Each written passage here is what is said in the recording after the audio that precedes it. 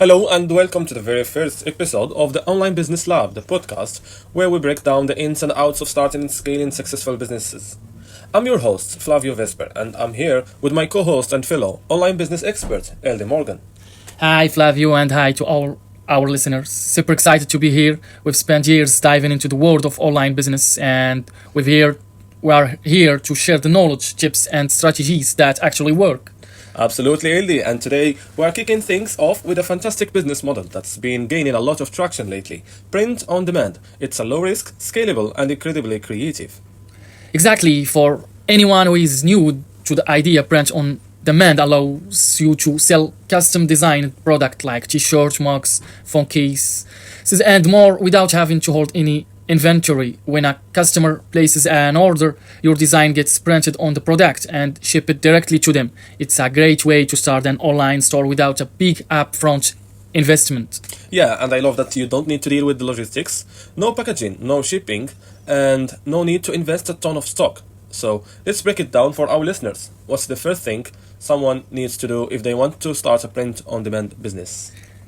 Step 1, choosing a niche. This is where a lot of people go wrong. You don't want to try to sell to everyone. You want to find a specific group of people who are passionate about something. For example, if you are into fitness, you could create designs around motivational workout quote or fitness humor. The key is to tap into a market that is engaged and likely to buy. That's a great point, Eldi. Niche selection is crucial because it helps you stand out in a crowded market. I've seen people who start broad and struggle to gain traction. But when you focus on a niche, you build a more loyal customer base. Exactly, and once you've picked a niche, you move on to designing your products. Don't worry, you don't have to be a professional graphic designer. There are plenty of tools out there like Canva or even hiring a freelance designer on platforms like Fiverr or Upwork. The important thing is that your design resonates with your audience. Right, and for those who are a little more tech savvy, Adobe, Photoshop, or Illustrator could be your test friends. But I always say, keep it simple. Sometimes a clean, minimalist design will outperform something overly complex. Couldn't agree more, Flavio. Once you have your design, the next step is choosing a platform to sell on. There are several options out there: Shopify, Etsy, and even using platforms like Redbubble or Teespring, which handle everything for you, including the store front.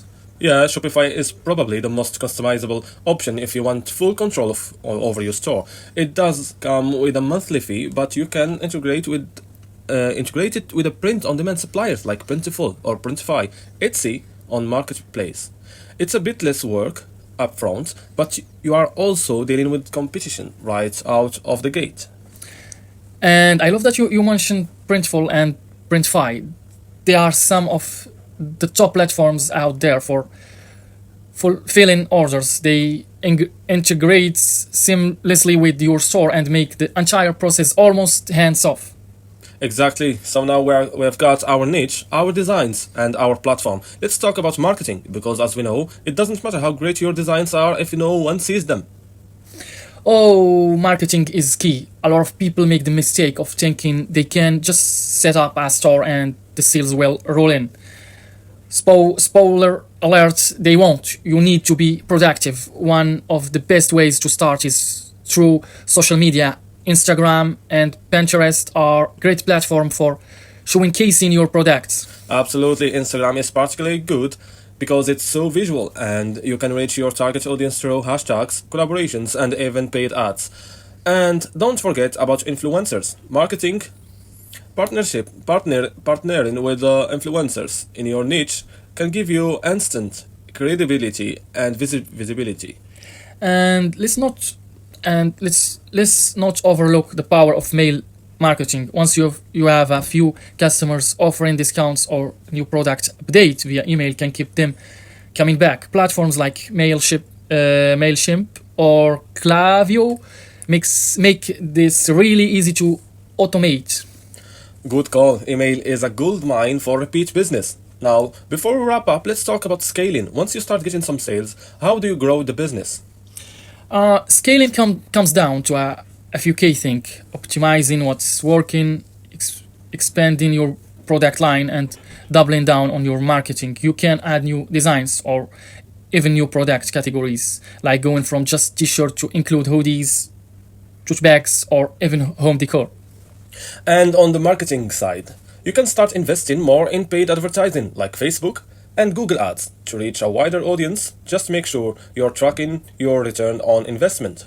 Exactly. And as your business grows, you will want to look into automating more of your process and even outsourcing certain tasks like customer server or social media management. And there you are, have it, the basics of starting a print-on-demand business. Eldi, I think we covered a lot of ground today. Yeah, this was a solid start, and for anyone listening who wants to dive deeper, we'll be breaking down each of these steps in future episodes, so stay tuned. Absolutely, so whether you are looking to start a side hustle or a full-time business, print-on-demand could be a great option for you. Thanks for tuning into the Online Business Lab. We'll catch you next time. See you next episode.